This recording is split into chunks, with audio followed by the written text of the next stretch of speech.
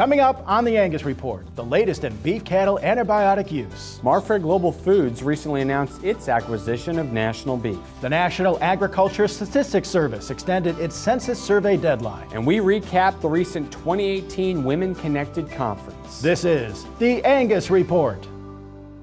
Hello and welcome to the Angus Report. I'm Bob Cervera. And I'm Clint Mefford. Our top news this week. Antibiotic use in the livestock industry has been put under a microscope in recent years. University of Nebraska-Lincoln Beef Extension says there's concern for antibiotic resistance associated with daily antibiotic use in animal feeds. The 2017 Veterinary Feed Directive mandate was one step toward a plan to remove all antibiotic use in livestock associated with growth efficiency, feed efficiency, or long-term use.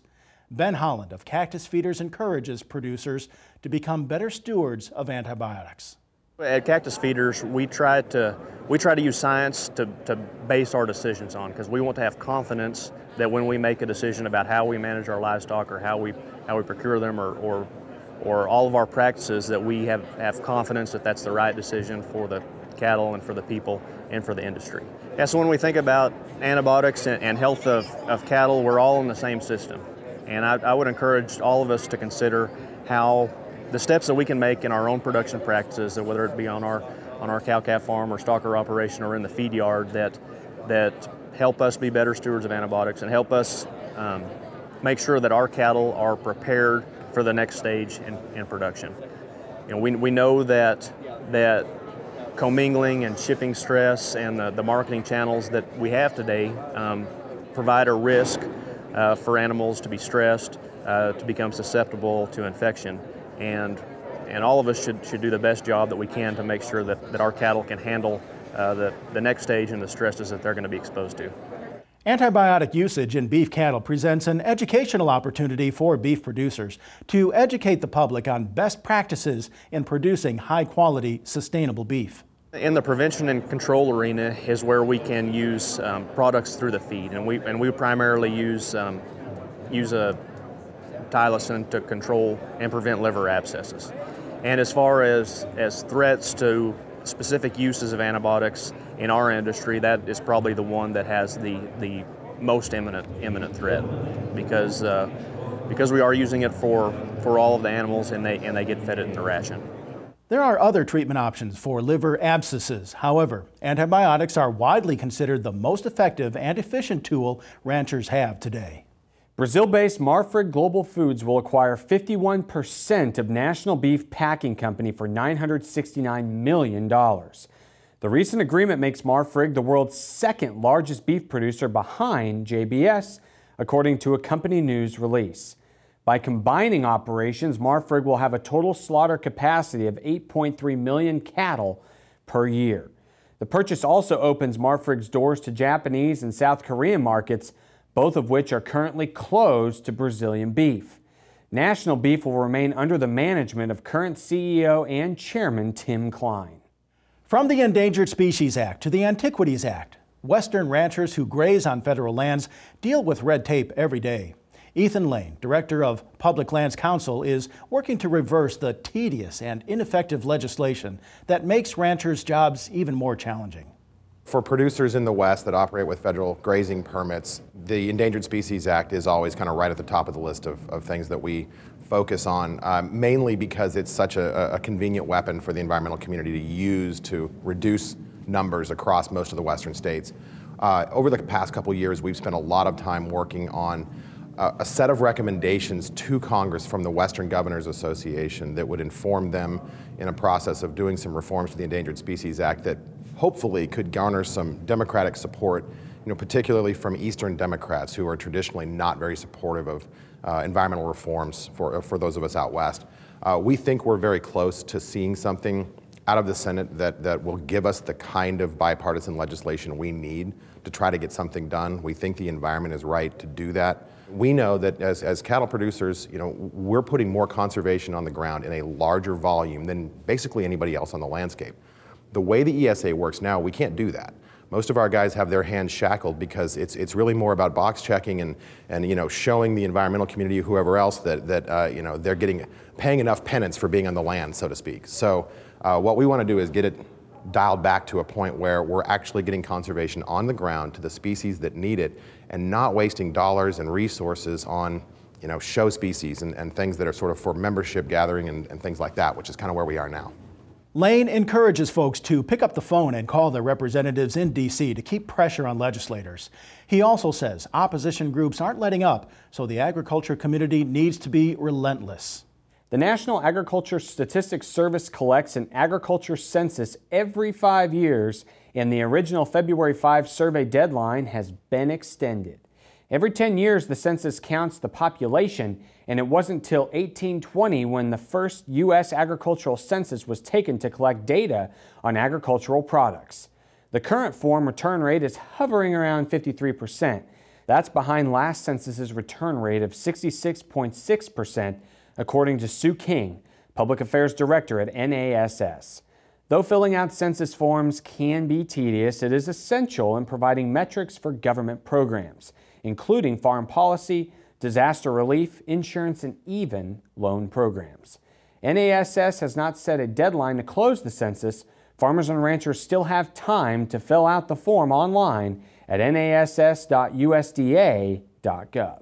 Clostridial diseases are among the most misunderstood on the ranch. That's according to Victor Cortez, Director of Cattle Immunology at Zoetis. We caught up with him to talk about Clostridial disease prevention and treatment. Sure, so Clostridial diseases or Clostridial bacteria are really nature's garbage disposal. They're bacteria that secrete very strong poisons for breaking down dead and dying organic material. And so we find Clostridials in dead vegetation, we find it in dead animals in the wild, breaking down that tissue. The problem is that they create spores that are very resistant to the climate, and they can get into the bloodstream of cattle. They get passed out naturally in a healthy animal, but if an animal's got a disruption of blood flow, a big bruise in a muscle, for example, it can lodge there, and then it thinks it's dead tissue, so it's going to do the same things, release poisons that are going to kill the animal. So prevention is going to include several things. Number one, it's going to be minimizing overgrazing, overcrowding. In particular, overcrowding and rough trailering can give bruises in those animals that will set up for Clostridials. Overgrazing, we get more exposure because those spores tend to be in the soil. So those are some of the biggest things. We can also try to even out intakes. So example, trying to get calves and nurse consistently through the day, not doing big feedings at night or during the day depending on the weather. But if we can level out those intakes, we can have a big impact. Then finally, vaccination programs become incorporated in that as well. My vaccine recommendations are to use as few Clostridials as you need, because they all have an adverse impact on intakes. In the very young calves, focus on Clostridium perfringens. Don't use the big combinations there because we decrease our Clostridial protection potentially. And then when we do our early vaccinations, the first time cattle are vaccinated, be aware that there could be interaction with other vaccines, so make sure that you consult your veterinarian to use the right combination so that everything works. Cortez reminds producers Clostridial diseases are not contagious. We check in now on the latest cattle market news with our market update, brought to you by Cattle Facts. Hello, I'm Ethan Orbs with the Cattle Facts Update. With the supply of feeder cattle and calves outside the feed yard 600,000 head lower to start the year, it is not surprising that feeder cattle and calf receipts through the first quarter of the year are also lower. Through the first week of April, feeder cattle and calf receipts through auction barns, video sales, and direct trade are down 580,000 head year to date compared to last year. A majority of this decline has occurred in the auction barns, where a majority of the cattle moved through that are sold during this time frame. Direct receipts also played a large role in the difference with year-ago levels, as one large direct trade week in 2017 alone accounts for a 76,000 head difference compared to 2018 levels. If we break the data down further, the majority of the decline in receipts is in the form of feeder cattle or heavier calves. Animals weighing over 600 pounds have seen receipts dip below year-ago levels by 370,000 head. One of the main factors in this number being lower was the incentive to place cattle in feed yards in the fourth quarter of 2017. With the impulsive market run in the live cattle cash market and futures markets, the incentive was very strong to place cattle into feed yards instead of extending ownership of those cattle. Another factor was the lack of winter wheat pasture and a poor outlook for precipitation through the winter. Without a positive winter wheat outlook, combined with an incentive to place cattle in the feed yards instead, limits the supply for first quarter cattle in 2018. Placements in the fourth quarter of 2017 were nearly 500,000 head larger than in the fourth quarter of 2016. Receipts of lighter weight animals are closer to even with year-ago levels, but are still down 200,000 head compared to last year. Once again, the incentive to sell calves in the fall has played a role in this decline. Heifers as a percentage of receipts is trending above year-ago levels and closer again to stabilization type levels than expansion levels.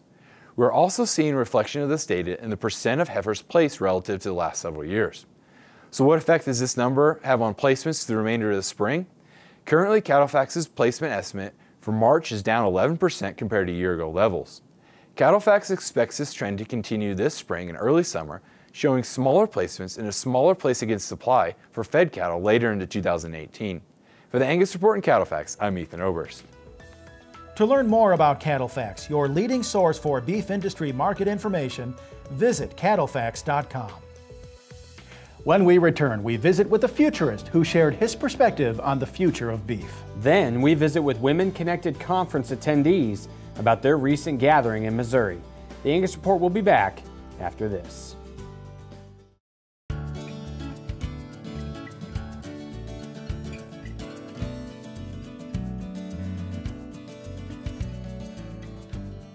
Futurists offer an interesting perspective on what life will be like in coming decades. When Anders Sorman Nielsen addressed a group of meat marketers last fall, he also left a handful of cattlemen in the room wondering, what does all this mean for us? It might be more convenient to look at far-off challenges and think you'll deal with them when they directly impact your bottom line, rather than investing time to get ahead of them now. But one futurist says today's niche food consumption trends could change your cattle business quicker than you think. I think particularly from a producer's perspective, what's really important is not just to think maybe one step down the value or supply chain, but rather to the end consumer, an end consumer that's increasingly high maintenance, as we saw in today's presentation. You know, today 1 in 10 American millennials claim to be either vegetarian or vegan. You've got Bill Gates investing in, you know, Impossible burgers, for example, or vegetarian burgers that bleed just like meat. And the consumer landscape is massively changing, and while those might be sort of micro trends right now, eventually what happens is that mind share actually leads to market share. Telling a digital story is one way cattlemen can connect with consumers who buy their beef product. And oftentimes there's a digital disconnect where they're not able to find the right information, and instead they find maybe disinformation online. And of course this is a problem for ranchers. If you don't take your storytelling into your own hands and amplify what actually goes on the farm, well then you sort of have your own, you know, your own self to blame if the urban consumer is misinformed. So I think it's really important and certainly pertinent for the farmers and the ranchers to start telling their own story. The futurist also says it's not too late to make changes that ensure your ranch is around for the next generation. Imagine that it's now 2020 or 2025, and on your watch, the ranch went out of business. What were the trends that you missed? What were the, you know, signals from the market that you just chose to ignore?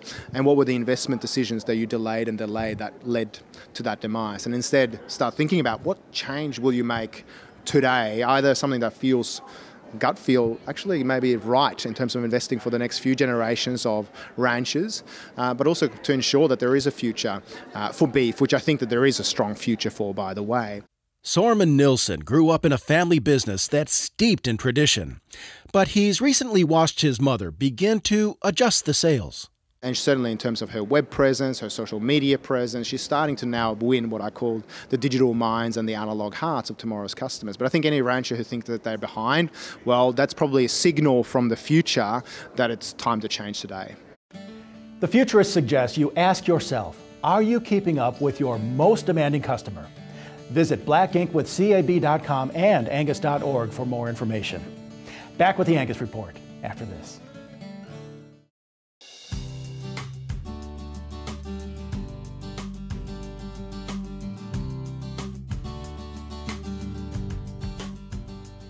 "30 women from across the U.S. gathered in Missouri for the biennial Women Connected Conference hosted by the American Angus Auxiliary.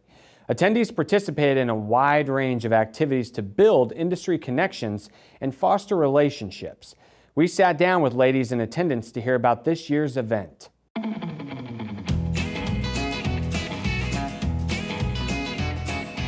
This was our 4th conference. We have it every other year. We came back to St. Joe area this year after being in Worcester, Ohio in 2016. So we had 30 women come. We do an application process and select 20 applicants to join the members of the American Angus Auxiliary Executive Board. I was on the website looking for something else to do with the juniors, and the Women Connected thing popped up. So I clicked into it and read it, and I said, wow, you know, this is my opportunity to walk the walk of what I tell my kids, to always try for things and fill out applications. So I filled out the application for the Women's Connected, and I was blessed to get accepted. I've learned that we have so many brilliant, talented, exciting and engaging women involved in the Angus Association and within the Angus breed, and we have so much to learn from each other, and what an opportunity to bring all of these people together in a room and build those relationships and connections that I can use for a long time. So, you know, if you take the opportunity to learn something new every day, I filled up a year in these couple of days. The workshops that they had were great. I was just sorry that we didn't have more time in each one of them, because there were questions that I wanted to ask Chef Allie and Debbie. I mean, Debbie, what an amazing woman. And Chef Allie, she doesn't know it, but I've had some of her recipes, and I'd never met her, but I'd been using some of her recipes that I had found online for years, and even passed them along to some of our beef customers. I was kind of afraid because I hadn't ever done anything really with the auxiliary other than maybe donate things and donate money and maybe bake some things or, you know, help out at a show, but I had never really participated. And I thought that maybe I wouldn't fit in. And the nice thing is that not only did I fit in, but even though everybody was different, we're all close to having a sameness that makes all the differences not so important. No matter how involved you are in the Angus business or the Angus industry or the beef industry, whether you come from a very small Angus operation, you know, less than 10 cows, or you come from a large ranch, or you are a parent of a junior that, you know, you have a few show heifers, everybody is welcome, and all we ask is that we share that common bond of Angus cattle. Thanks to the Angus Foundation for sponsoring the event. Visit angusauxiliary.com to find American Angus Auxiliary news and highlights.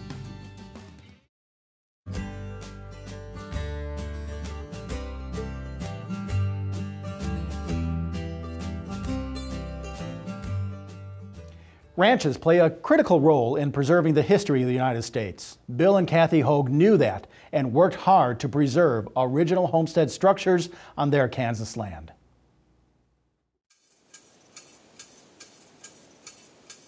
Bill Hogue is a lifelong cattleman and builder of dreams. His home is in the Flint Hills of Kansas. Known for its productive native grasslands, he's raised quality Angus cattle for most of his life. But a life's greatest contributions often come in unexpected ways. And so it was with Bill and his wife Cathy when they bought a nearby ranch in the mid-2000s. When we drove by this for the first time, it looked like an impossible challenge. It didn't even really cross our mind that we might be able to even save it. I came over and looked at it, showed me all of it down the valley, and it was a day in January and the sun was out and cattle was laying down the valley and pastures up on the hills, and it wasn't a cold day. It's probably in the 30s, but wind blowing, and you get up on top, it's kind of nippy. Those cattle didn't even know the sun or the wind was blowing. Came out the other end, and I thought, good Lord, this is what I've been looking for all my life. The ranch was settled by Swiss immigrants, the Kinsley family, about the time of the Civil War. The Kinsleys were married in Wisconsin, then made the journey to Kansas in a covered wagon. They homesteaded in 1859 and spent 3 years building their home from limestone rocks, which they quarried from the hills. And they started this house. I built 2 caves that are attached, and that's the foundation for the house. And they was going to make Swiss cheese. And I think they had a couple problems with it. The biggest one was getting their product to market. For 5 generations, the Kinsleys remained on the land, even expanding their holdings to more than 5,000 acres. But as time marched on, the original homestead and several other structures on the ranch were abandoned and left in a state of disrepair. When I saw it and saw how it was going to destruction, there wasn't any roof on it anymore. It was caved in, and the walls were, roots had grown into the foundations and raised it and so forth, and started in getting the trees out of the foundation first, then started filling the cracks in the walls, pointing it up, leveling up the top of it so we could get a roof set on it. The multi-year process to restore the buildings taught the Hogues a great deal, not only about themselves, but also about the people who first lived there. I learned they were craftsmen and terribly hard workers, because these rocks wasn't all sitting here to build this thing. They had to go mine them out of the ground and break them up and haul them down here. I envious of how hard they could work. They had the tenacity, they had the desire. Homesteaders were people of power. They were a people of hard-working desire. And that's how they did what they did, and that's how this got to be what it got to be.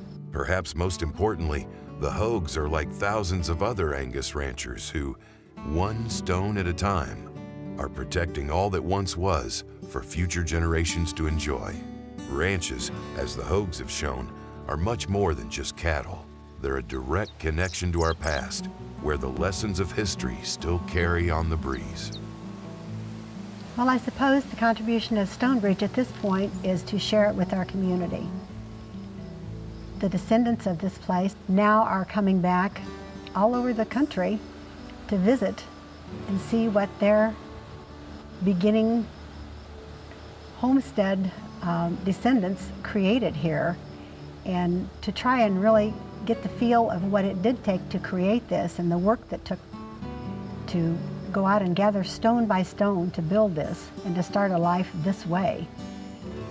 I think most of the people who come now that was born in town and haven't been around anything like this, they're kind of amazed at what it is now. So they look back at their ancestors and probably they were doing something like this. They wouldn't look far enough.